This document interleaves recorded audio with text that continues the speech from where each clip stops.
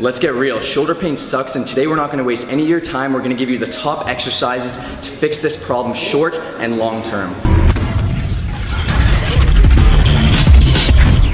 So to make a long story short, guys, after many years of lifting and a lot of neglecting of rotator cuff work, this is something that happens because the supraspinatus tendon as well as the subacromial bursa are just essentially being rubbed together and nothing is working properly. So a lot of times this can cause inflammation, tears, and strains, and oftentimes you feel it deep within the shoulder. It runs down the biceps, and that's why you're experiencing the pain, but here's how to fix it. So before we show you the things that you're gonna wanna do to avoid all this pain, we're gonna actually check to see how you know if you do have shoulder impingement. The first one is called painful arc, as you can see on the screen here, and then the next test here is going to be called the Hawkins-Kennedy test. You're going to bring your arms bent to 90 degrees of shoulder flexion in front of you, as you guys can see on the screen. Crank your hand down with the help of your other hand, and you know, if this really bothers you, then you maybe have shoulder impingement. And last but not least, this is called Neer's test.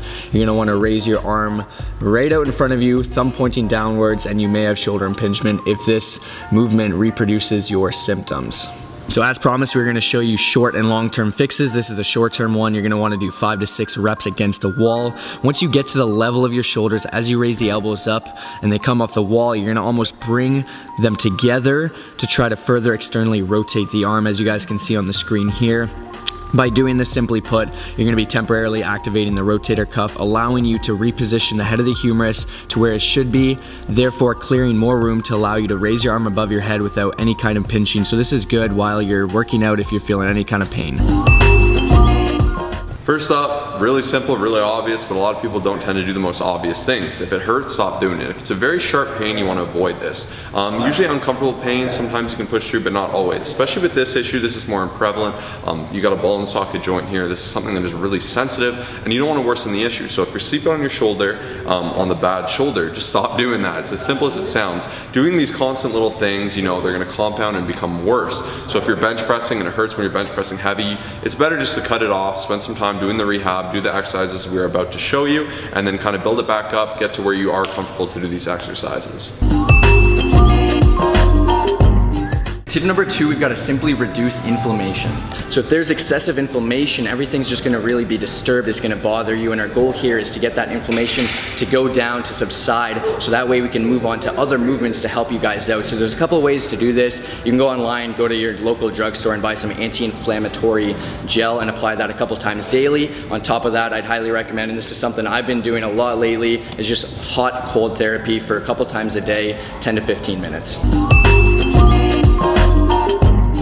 Next up, our goal here is to release the tight muscles. If your posture is not ideal, then your shoulder is going to be in a suboptimal position, which is going to actually lead to higher risk of shoulder impingement. So we're going to take a massage ball, foam roller, lacrosse ball, softball, whatever you have access to, apply firm pressure in a small circular motion. Aim to do this for 1 minute or pretty much as long as you require. And we have a bunch of different groups that you're going to be trying to aim to really release and work on the screen right here.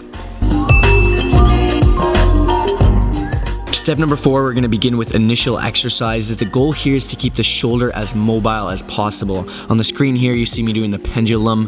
You're going to lean over to allow your arm to dangle underneath you. Use the momentum of your arm and swing from side to side, forwards, backwards, circles, and you can do 10 repetitions each. Next up, we've got forward leans. This is fairly simple. Just place your hand on the back of a chair, lean forward as you bring your arm in an upwards direction, and do this as much as you can without reproducing any pain, and you can repeat 20 times or just hold for 20 to 30 seconds. So next up, we have rotations. You're gonna wanna bend your elbow to 90 degrees, keep your elbows in contact with the side of your body, and proceed to rotate your arms outwards and inwards, and allow the shoulder to move as much as you can, once again, without reproducing any pain, and repeat 20 times. So number 5, you're just going to go ahead and get a low resistance band. They're usually red, they can be a bunch of colors. They're pretty narrow here, it's maybe about 1 inch. And what you're going to do is just do this as an activation or warm up for any upper day, or even take the time to do these exercises at home. So first off, I'm doing external rotations with the band. As you can see, I'm nice and postured, I'm squeezing my abs, I have that elbow nice and tight, and I'm opening up my rotator cuff as much as I can, as far as I'm comfortable to. If you have severe pain, you definitely want to tease it out and do it at your level.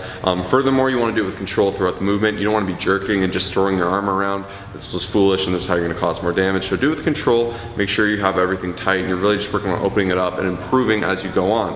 Now you can do this also internally. As you can see, I'm doing internal rotation here, working at the opposite effect. Furthermore to that, some other great movements as you can see, which I'll demonstrate now on screen. Our shoulder dislocation, so you're gonna start with it in front of you, you're gonna come up overhead, try to spread it, come all the way back to your back. Once again, come up and spread.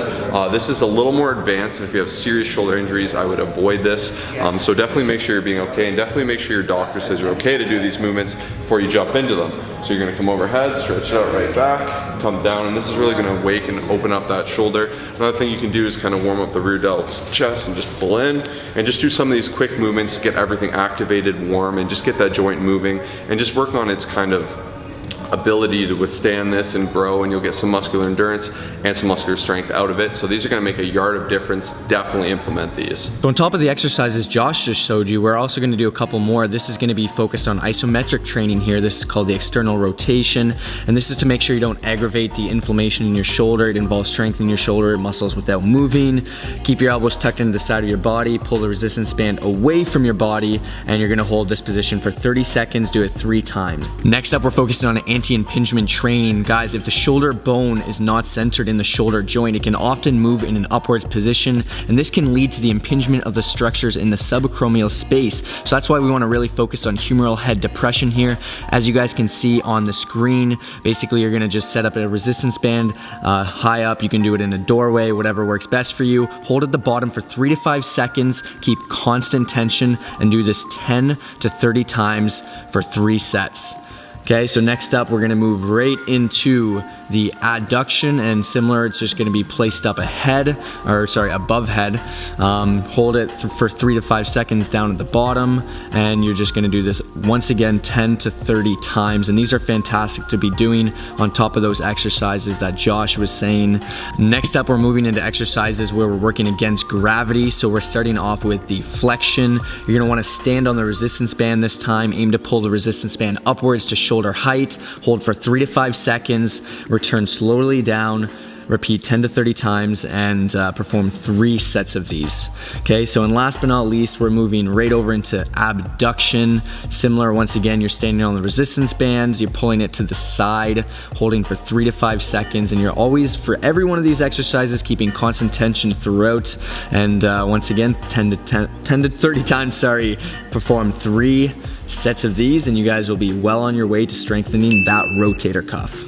Hopefully this helps. Hopefully we can help alleviate some of that pain. At the end of the day, if it's severe, we definitely recommend seeing a doctor or a physio, something like that. But these are some home remedies that Kyle has personally used. As you can tell, he's very passionate about this to help alleviate that pain, stay in the game, stay long term. This is something I try to do actively, because even though I don't have the pain, I like to try to do these movements to keep everything fresh. Shoulder and the knee are 2 very sensitive issues in weightlifting, and if they blow out, you're gonna be really in the rabbit hole for some serious damage. So definitely think with foresight, be intelligent, do these with control. And that's another great video. Hopefully you enjoyed it. Share it with a friend that could use it. Like, subscribe, comment, share, all that good stuff. Peace.